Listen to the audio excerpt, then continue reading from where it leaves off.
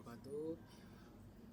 Di sini saya Cornelis Yosef Tanu, kelas DS 0401 dengan NIM 1031040048 akan mempresentasikan mengenai 5 soal tentang tugas algoritma pemrograman hari ini. Jadi di sini nomor 1 diberikan soal untuk membuat bilangan positif. Kita harus mengecek bilangan ganjil tersebut. Nah, di sini kita tahu nih bilangan ganjil itu tidak habis dibagi dua gitu. Nah, gini, kita nomor 1 nih ya, def bilangan ganjil. Nah, di sini saya menggunakan dua parameter, n, x sama dengan 1. Nah, jadi di sini user akan disuruh menginputkan bilangan positif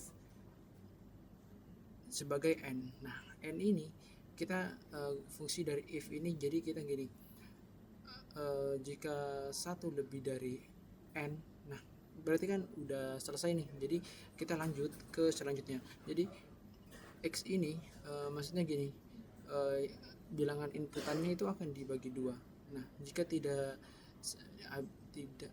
habis dibagi bilangan tersebut atau enggak sama dengan 0 gitu, nah nanti bilangan tersebut adalah bilangan ganjil. Contohnya 5, kita input 5. Nah, jadi gini, bilangan ganjil dari 1 sampai 5 itu adalah 1, 3, 5 gitu. Nah, kita lanjut nomor 2.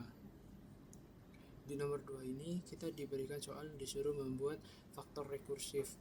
Nah, jadi kita harus membuat kayak faktor-faktor gitu. Jadi gini, saya membuat kode def faktor rekursif n, i sama dengan 1. Jadi di sini parameternya ada 2 ya. Nah, sama kayak tadi yang di atas, jika user ini disuruh input bilangan bulat positif. Nah, di sini saya menginput angka 12. Nah, 12 ini kan lebih dari 1 ini lebih dari 12. Nah, jadi karena 1 lebih dari 12 ini salah, jadi ya akan melanjutkan ke sininya.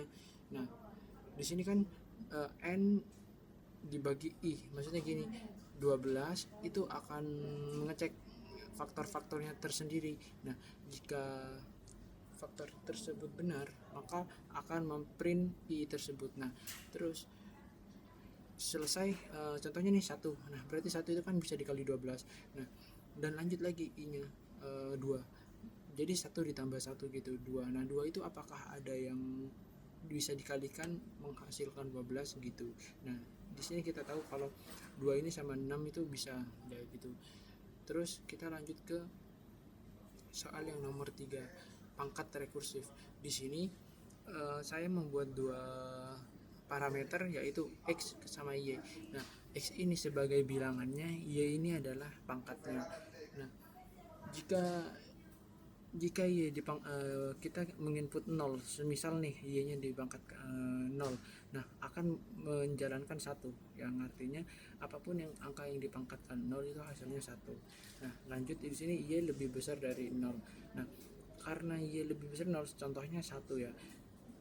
Jadi nanti saya akan membuat pangkat rekursif ini jadi dengan angka dikalikan dengan pangkat, dikalikan angka dengan pangkat yang dikurangin 1 gitu.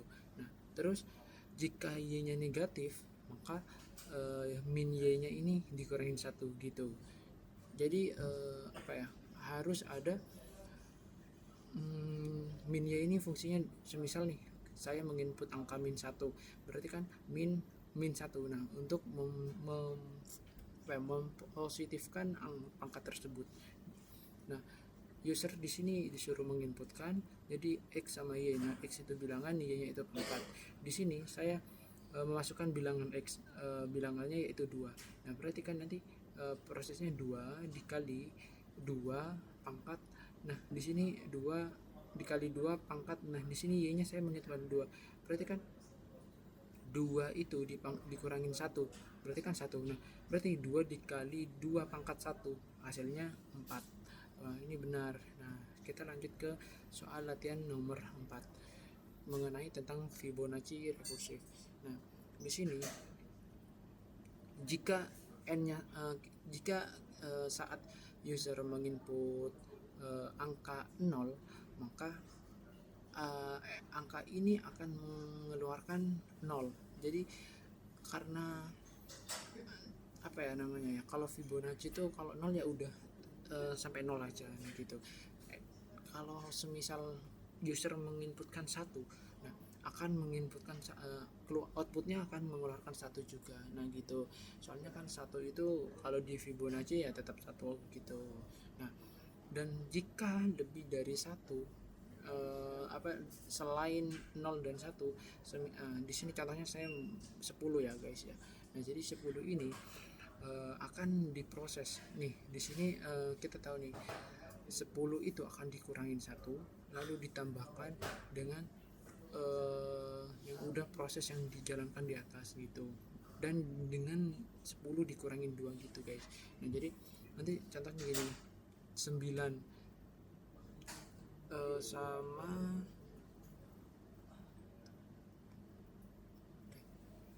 gitu, kira-kira intinya untuk menginputkan angka 10 ini nanti akan diproses di dalam ini gitu. Terus selanjutnya soal nomor 5 tentang pola bintang. Nah saya menggunakan for i in range 1, n+1. Nah fungsinya ini adalah untuk semakin ke bawah itu semakin banyak sebanyak inputannya. Nah jadi gini, user ini disuruh memasukkan angkanya. Nah nanti program ini akan menjalankan ke bintang tersebut sebanyak angka yang diinputkan. Nah, contohnya gini, 5. Nah kita tahu nih di sini for i in range-nya dimulai dari 1, berarti kan 1 terus dilanjutkan dengan n+1, berarti kan dari yang tadi ini 1 ini ditambah 1 lagi jadi 2. Nah 2 ditambah 1 3, dan itu akan looping terus sampai yang diminta berarti kan 5, berarti sampai 5. Nah mungkin itu saja dari presentasi dan hasil kerja saya. Wassalamualaikum warahmatullahi wabarakatuh.